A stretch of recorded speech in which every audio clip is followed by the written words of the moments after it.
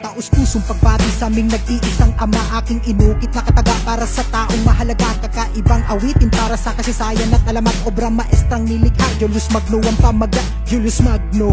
Nakadikit na sa kanyang pangalan ng samahan na binuo na may tunay na paninindigan. Mga pangaral mo't payo ang aming pinanghawakan sa aming paglalakad. Kami iyong ginabayan tungo sa tamang daan, kung saan man kami papunta. Nag-umpisa ang lahat nang ikaw ay magpasya na buuhin ng samahan. Kaya hito kami ngayon na sa mabuting landas at tuwid na direksyon.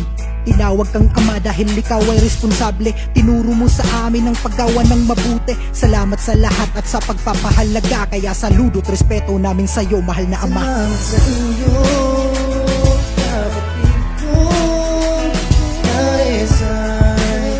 Sa mga Ilocano, siya sa Taiwan, sa 189 salamat sa inyo, kapatid ko. Tandang-tanda ko pa noong araw na ako ay pumasok. Ang sarap sa pakiramdam, malagpasan ng mga pagsubok. Di ko inasahan na ako ay mapabilang sa isang kagalang-galang at respetadong samahan. Mula kay chairman at lahat ng opisyalis ng kanilang aprobahan. Ang Nelly Babe chapter ay tuluyang nabuksan. Ang dating kaibigan ko ngayon kapatid ko na. Layunin at hangarin ngayon ay nagkakasama. Marami mang problema ay natural lang yan. Mga bagay na di sadyang darating, halaga tayo nagtutulungan. Walang iwanan, lahat ay kayang harapin. Ipagpatuloy ang nasimulang mabuting gawain. Sa laknib crew ang siyang humubog sa aking talento, na inspirang magsulat ng tula ay pangiparinig sa mga tao. Kaya pakinggan nyo ang awit na ito, pasasalamat ng lubos na mula sa aking puso. Salamat sa inyo, kapatid kong naesay.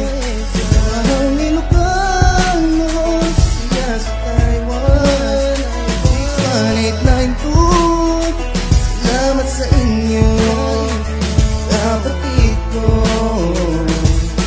Alam naman natin di tayo magtatagal sa lugar na to, na kung saan tayo ay dayo at nagtatrabaho lang dito tayo ay babalik sa lugar nating pinanggalingan. Sa napakagandang bansa, ang perlas ng silangan.